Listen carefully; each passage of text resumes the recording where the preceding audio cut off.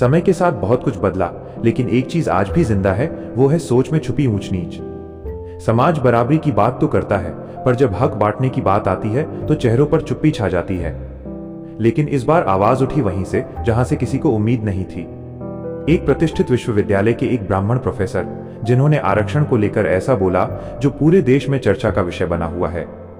यह कहानी है प्रोफेसर संजय तिवारी की, एक ऐसे शिक्षक की जिसने अपनी सोच की दीवारें तोड़ी और समाज को यह समझाया, बराबरी कोई उपकार नहीं, ये इंसानियत का अधिकार है। वीडियो में आगे बढ़ने से पहले मैं आपसे कहना चाहूंगा कि अगर आप बाबा साहेब आम्बेडकर को दिल से पसंद करते हो तो इस वीडियो को लाइक और हमारे चैनल को सब्सक्राइब अवश्य करें और कमेंट में जय भीम, जय संविधान और जय आरक्षण जरूर लिखें। तो चलिए वीडियो को हर बार की तरह शुरू से ही शुरू करते हैं। वाराणसी की पवित्र गलियों में जहां गंगा की लहरें सदियों की कहानियां सुनाती हैं, वहां स्थित है बनारस हिंदू विश्वविद्यालय, एक ऐसा संस्थान जो न केवल शिक्षा का केंद्र है बल्कि समाज की गहराइयों में उतरकर विचारों की क्रांति लाने का माध्यम भी। इसी विश्वविद्यालय के समाजशास्त्र विभाग में प्रोफेसर संजय तिवारी का नाम एक मिसाल की तरह लिया जाता था।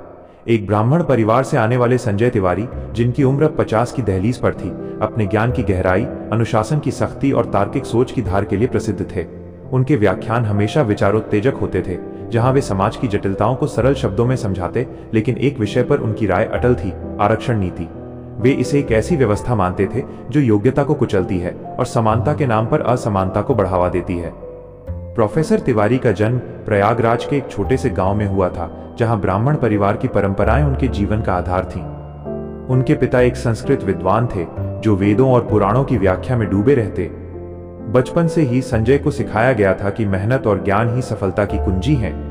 उन्होंने कभी जातिवाद की कटुता को खुद महसूस नहीं किया था, क्योंकि उनके चारों ओर विशेषाधिकारों की एक अदृश्य दीवार थी। स्कूल से लेकर कॉलेज तक उन्हें हर अवसर सहजता से मिला। यही कारण था कि जब वे बनारस हिंदू विश्वविद्यालय में प्रोफेसर बने तो आरक्षण को वे एक अनुचित लाभ के रूप में देखते थे।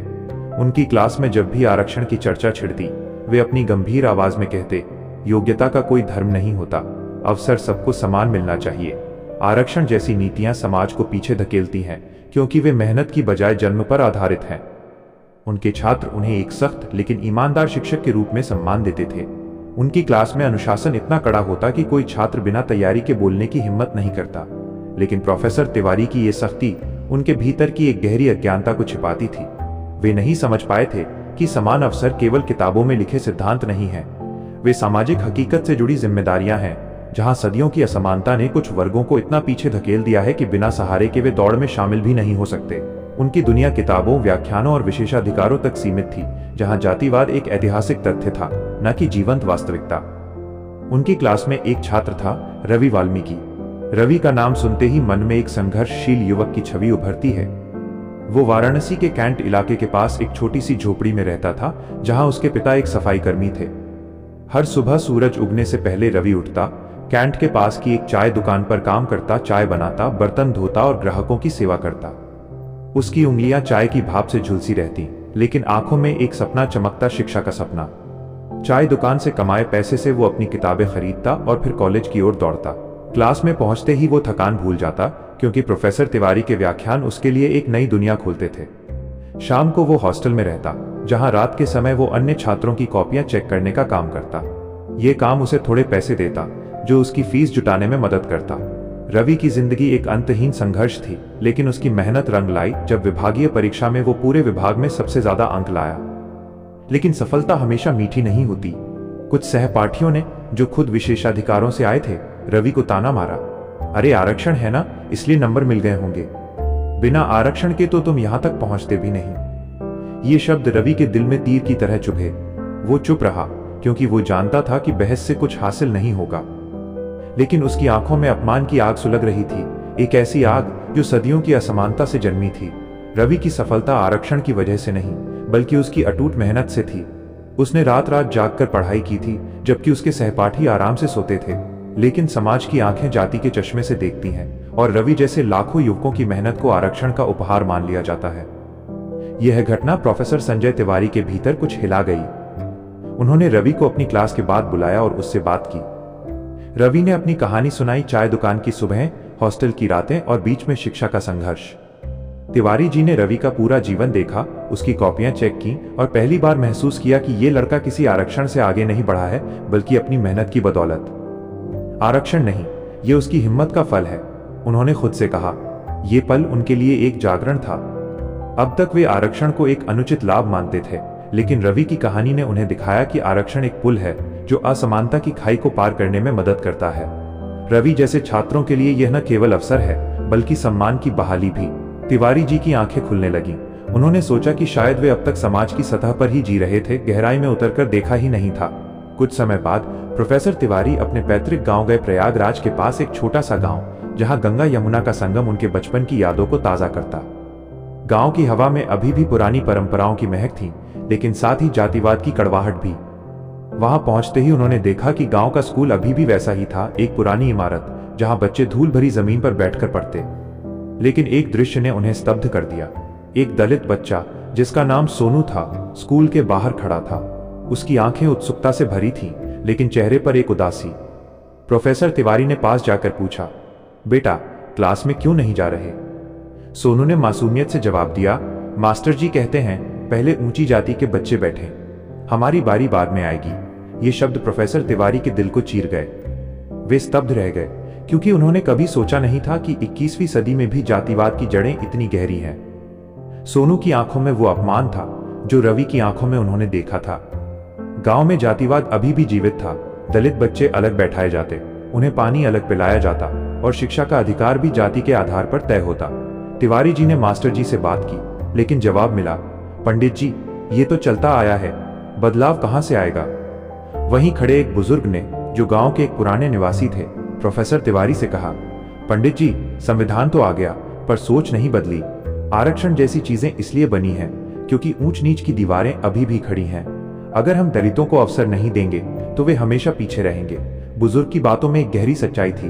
उन्होंने गांव की कहानियां सुनाई, कैसे दलित परिवारों के बच्चे स्कूल छोड़कर मजदूरी करने लगते क्योंकि जातिवाद उन्हें आगे नहीं बढ़ने देता।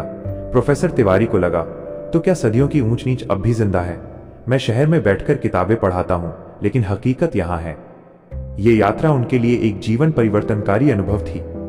गांव की मिट्टी में उन्होंने अपनी जड़ें देखी, लेकिन साथ ही उन जड़ों में सड़ी हुई जातिवाद की गांठें भी। यहीं से उनकी आत्मा में बदलाव का बीज अंकुरित हुआ। वे रात भर सो नहीं सके। सोनू की मासूम आंखें उनके सामने घूमती रहीं। उन्होंने सोचा कि अगर वे खुद ब्राह्मण हैं और विशेषाधिकारों का लाभ उठा चुके हैं, तो अब समय है कि वे उन विशेषाधिकारों के विरुद्ध बोलें। आरक्षण को वे अब उपकार नहीं, बल्कि न्याय के रूप में देखने लगे। शहर लौटते वक्त ट्रेन की खिड़की से बाहर देखते हुए उन्होंने सोचा, शायद मैं अब तक आरक्षण को गलत जगह से देख रहा था। यह किसी का उपकार नहीं, बल्कि न्याय का प्रयास है, सदियों तक दबाए गए वर्गों को उठाने का माध्यम। उन्हें लगा कि अगर समानता एक नैतिक धर्म है, तो आरक्षण उसका साधन है। ये सोच उनके मन में एक नई ऊर्जा भर गई। वे अब क्लास में आरक्षण पर नई दृष्टि से बात करने लगे, छात्रों को जातिवाद की हकीकत बताने लगे। रवि जैसे छात्रों से उन्होंने सीखा कि मेहनत हर जाति में होती है, लेकिन अवसर नहीं। सोनू जैसे बच्चों ने उन्हें दिखाया कि बदलाव की जरूरत अभी भी है। प्रोफेसर तिवारी की ये यात्रा केवल व्यक्तिगत नहीं थी, ये एक समाज की कहानी थी, जहां एक ब्राह्मण की आवाज जातिवाद के खिलाफ उठी। उन्होंने अपने व्याख्यानों में अब आरक्षण को समाज की मरम्मत के रूप में पेश किया। छात्रों में एक नई जागृति आई और रवि जैसे युवक अब गर्व से अपनी कहानी साझा करने लगे। लेकिन यह बदलाव आसान नहीं था। कई सहकर्मी उन्हें परिवर्तित कहकर हंसते, लेकिन तिवारी जी जानते थे कि सच्चाई की राह कभी आसान नहीं होती। इस यात्रा ने उन्हें सिखाया कि जातिवाद की जड़ें कितनी गहरी हैं। गांव में सोनू की कहानी ने उन्हें याद दिलाया कि शिक्षा का अधिकार सबका है, लेकिन जाति की दीवारें इसे रोकती हैं। उन्होंने गांव लौटकर सोनू के लिए एक छोटी सी मदद की, उसे किताबें दी, मास्टर जी से बात की और गांव में एक छोटा सा जागरूकता अभियान शुरू किया। लेकिन ये केवल शुरुआत थी। शहर में लौटकर उन्होंने रवि को अपना शिष्य बनाया, उसे आगे बढ़ने में मदद की। रवि की सफलता अब उनकी प्रेरणा थी। प्रोफेसर तिवारी की सोच में यह बदलाव एक क्रांति की तरह था। वे अब आरक्षण को योग्यता का दुश्मन नहीं, बल्कि समानता का साथी मानते थे। उनकी क्लास में अब चर्चाएं गर्म होती, जहां छात्र जातिवाद की कहानियां साझा करते। एक छात्र ने बताया कि उसके गांव में दलितों को मंदिर में प्रवेश नहीं मिलता, तो तिवारी जी कहते, ये केवल रिवाज नहीं, अन्याय है। आरक्षण इसी अन्याय को सुधारने का औजार है। धीरे धीरे उनके भीतर की आग फैलने लगी। वे लेख लिखने लगे, सेमिनार में बोलने लगे, लेकिन अभी तक ये बदलाव उनके भीतर ही था। राष्ट्रीय सेमिनार का इंतजार था, जहां उनकी आवाज सार्वजनिक रूप से गूंजेगी। लेकिन उससे पहले उनकी ये आंतरिक यात्रा, रवि की मेहनत से सोनू की मासूमियत तक ने उन्हें एक नया इंसान बना दिया। वे अब ब्राह्मण समाज की उस परंपरा को तोड़ रहे थे जहां विशेषाधिकारों को सवाल नहीं किया जाता। उनकी कहानी बताती है कि बदलाव किसी भी जाति से आ सकता है अगर दिल में इंसानियत हो। कुछ महीने बीत चुके थे जब प्रोफेसर संजय तिवारी की आंतरिक यात्रा ने उन्हें एक नए इंसान में बदल दिया था। वाराणसी की हलचल भरी सड़कें, गंगा की शांत लहरें और बनारस हिंदू विश्वविद्यालय की विशाल इमारतें अब उनके लिए केवल दृश्य नहीं थीं, वे एक क्रांति के साक्षी बन रही थीं। रवि वाल्मीकि की मेहनत और सोनू की मासूमियत ने उनकी सोच को इतना हिला दिया था कि अब वे आरक्षण को न्याय का प्रतीक मानने लगे थे। लेकिन यह बदलाव अभी तक उनके व्याख्यानों और व्यक्तिगत बातचीत तक सीमित था। अब समय आया था कि ये सोच सार्वजनिक मंच पर गूंजे, और वो मौका आया एक राष्ट्रीय सेमिनार के रूप में। बनारस हिंदू विश्वविद्यालय में एक भव्य राष्ट्रीय सेमिनार का आयोजन हुआ। विषय था, क्या आरक्षण अब भी आवश्यक है। ये सेमिनार देश भर के विद्वानों, प्रोफेसरों, छात्रों और सामाजिक कार्यकर्ताओं को एक मंच पर ला रहा था। सभागार की दीवारें इतिहास की गवाह थीं, जहां पहले भी कई बहसें हुई थीं, लेकिन इस बार हवा में एक अलग तरह की उत्सुकता थी। सभी को उम्मीद थी कि प्रोफेसर तिवारी, जो हमेशा आरक्षण के प्रबल विरोधी रहे थे, अपनी पुरानी राय दोहराएंगे। उनके सहकर्मी फुसफुसाते हुए कहते, तिवारी जी तो आरक्षण को समाज का अभिशाप मानते हैं। आज फिर वही तर्क सुनने को मिलेंगे, योग्यता, समान अवसर और जाति विहीन समाज। छात्र भी उत्साहित थे, क्योंकि तिवारी जी की बहसें हमेशा विचारोत्तेजक होती। लेकिन कोई नहीं जानता था कि गांव की यात्रा और रवि की कहानी ने उनके भीतर एक तूफान ला दिया था। सेमिनार का दिन आया। सभागार भरा हुआ था, प्रोफेसरों की पंक्तियां, छात्रों की उत्सुक आंखें और बाहर से आए मेहमानों की गंभीर मुद्राएं। मंच पर बड़े बड़े नाम थे, लेकिन सबकी नजरें प्रोफेसर संजय तिवारी पर टिकी थीं। जब उनका नाम पुकारा गया तो सभागार में एक सन्नाटा छा गया। वे धीरे धीरे मंच पर चढ़े। उनके चेहरे पर एक शांत लेकिन दृढ़ भाव था। माइक पकड़कर उन्होंने बोलना शुरू किया, और उनके पहले शब्द ही सबको चौंका देने वाले थे। आरक्षण किसी जाति को ऊंचा या नीचा नहीं बनाता, ये इतिहास की भूलों को सुधारने का मौका देता है। जिसने सदियों तक विशेषाधिकार का आनंद लिया, उसे अब समान अवसर देने में संकोच कैसा। ये शब्द सभागार में बिजली की तरह गिरे। एक पल के लिए तो ऐसा लगा जैसे समय थम गया हो। लोग एक दूसरे की ओर देखने लगे, आश्चर्य से भरे चेहरे। कई प्रोफेसरों के मुंह खुले रह गए। एक ब्राह्मण प्रोफेसर, जो खुद विशेषाधिकारों से आया था, आरक्षण के समर्थन में बोल रहा था। यह पहली बार था जब किसी ने ऐसी बात सुनी थी। तिवारी जी ने अपनी बात जारी रखी। उनकी आवाज में एक भावुकता थी जो पहले कभी नहीं दिखी थी। उन्होंने कहा, हमारे समाज ने सदियों तक कुछ वर्गों को दबाया है। ब्राह्मण समाज ने ज्ञान का एकाधिकार रखा, लेकिन क्या हम भूल गए हैं कि ज्ञान सबका अधिकार है। आरक्षण दया नहीं है, ये उस अन्याय की भरपाई है जो हमारे पूर्वजों ने किया। अगर हम आज चुप रहेंगे तो कल का समाज हमें माफ नहीं करेगा। सभागार में सन्नाटा छा गया। कुछ लोग तालियां बजाने लगे, लेकिन ज्यादातर आश्चर्यचकित थे। एक बुजुर्ग प्रोफेसर ने बाद में कहा, तिवारी जी, आपने तो हमारी सोच को चुनौती दे दी। एक ब्राह्मण से आरक्षण के पक्ष में ऐसी बात सुनना क्रांति जैसा है। तिवारी जी ने मुस्कुराकर जवाब दिया, क्रांति तब शुरू होती है जब हम अपने विशेषाधिकारों के विरुद्ध बोलते हैं। इस सेमिनार ने न केवल बीएचयू को हिला दिया, बल्कि पूरे देश में चर्चा का विषय बन गया। अखबारों में हेडलाइंस बनी, ब्राह्मण प्रोफेसर का आरक्षण समर्थन, एक नई शुरुआत। सोशल मीडिया पर बहस छिड़ गई, जहां कुछ लोग उन्हें धोखेबाज कहते तो कुछ समाज सुधारक। लेकिन तिवारी जी अडिग रहे। उनकी आवाज अब एक आंदोलन की शुरुआत थी। इस सेमिनार के बाद प्रोफेसर तिवारी की प्रेरणा से विश्वविद्यालय में एक नई लहर दौड़ी। कुछ छात्र जो उनकी क्लास में थे ने मिलकर एक समूह बनाया, समान अवसर मंच। इस मंच के संस्थापक थे रवि वाल्मीकि, पूजा मिश्रा, आदित्य पाठक और नेहा तिवारी। रवि, जो खुद दलित समुदाय से था, इस मंच का दिल था। पूजा मिश्रा, एक ओबीसी छात्रा जो गांव से आई थी और आरक्षण की बदौलत पढ़ रही थी, ने इसमें अपनी ऊर्जा डाली। आदित्य पाठक, एक ब्राह्मण छात्र जिसने तिवारी जी की सोच से प्रेरित होकर जातिवाद को चुनौती दी। और नेहा तिवारी, प्रोफेसर तिवारी की भतीजी, जो खुद ब्राह्मण समाज से थी लेकिन बदलाव की पक्षधर। ये चारों अलग अलग पृष्ठभूमि से आए थे, लेकिन एक लक्ष्य ने उन्हें जोड़ा, समान अवसर। समान अवसर मंच का उद्देश्य था हर जाति के छात्रों को एक साथ लाना। वे कैंपस में मीटिंग्स आयोजित करते, जहां दलित, ब्राह्मण, ओबीसी और सामान्य वर्ग के छात्र बैठकर अपनी कहानियां साझा करते। एक मीटिंग में रवि ने कहा, मैंने चाय दुकान पर काम किया, लेकिन आरक्षण ने मुझे यहां लाया। लेकिन मेरी मेहनत को नजरअंदाज मत करो। पूजा ने जोड़ा, गांव में लड़कियों को पढ़ने नहीं दिया जाता, लेकिन आरक्षण ने मुझे अवसर दिया। आदित्य ने कहा, मैं ब्राह्मण हूं, लेकिन मैं जानता हूं कि हमारे विशेषाधिकारों ने दूसरों को दबाया है। अब समय है सुधार का। नेहा ने मुस्कुराकर कहा, चाचा जी ने हमें सिखाया कि इंसानियत जाति से ऊपर है। ये मंच केवल चर्चा तक सीमित नहीं रहा, उन्होंने व्यावहारिक कदम उठाए। वे गरीब बच्चों को फ्री ट्यूशन देते, वाराणसी के आसपास के स्लम इलाकों में जाकर दलित और पिछड़े बच्चों को पढ़ाते। हर शाम कैंपस के एक कोने में क्लास लगती, जहां रवि गणित सिखाता, पूजा हिंदी, आदित्य विज्ञान और नेहा सामाजिक अध्ययन। तिवारी जी खुद इसमें शामिल होते और कहते, अगर हम वंचित को बराबरी का मौका देंगे तभी समाज शिक्षित कहलाएगा। शिक्षा जाति की मोहताज नहीं, ये सबका हक है। इन क्लासों में बच्चे हंसते खेलते सीखते और जातिवाद की दीवारें धीरे धीरे गिरने लगी। एक बच्चे ने कहा, सर पहले लोग कहते थे हम नीची जाति के हैं, लेकिन अब हम पढ़कर बड़ा बनेंगे। धीरे धीरे बीएचयू में सोच बदलने लगी। पहले जहां आरक्षण पर नफरत भरी बहसें होती, अब समझ की बातें होने लगीं। छात्र ग्रुप्स में चर्चा करते, आरक्षण क्यों जरूरी है। प्रोफेसर तिवारी के व्याख्यान अब प्रेरणा के स्रोत बन गए। उन्होंने एक किताब लिखी, आरक्षण न्याय की राह, जिसमें उन्होंने अपनी यात्रा का वर्णन किया। किताब में उन्होंने लिखा, मैंने सोचा था आरक्षण असमानता लाता है, लेकिन हकीकत में यह समानता की नींव है। रवि और सोनू जैसे लोग हमें याद दिलाते हैं कि समाज की आत्मा अभी घायल है। यह किताब विश्वविद्यालय में हिट हो गई और छात्र इसे पढ़कर बहस करते। कैंटीन में, हॉस्टल में, हर जगह आरक्षण पर सकारात्मक बातें होने लगी। एक प्रोफेसर ने कहा, तिवारी जी ने हमें आईना दिखाया, अब हम नफरत नहीं, समझ की भाषा बोलेंगे।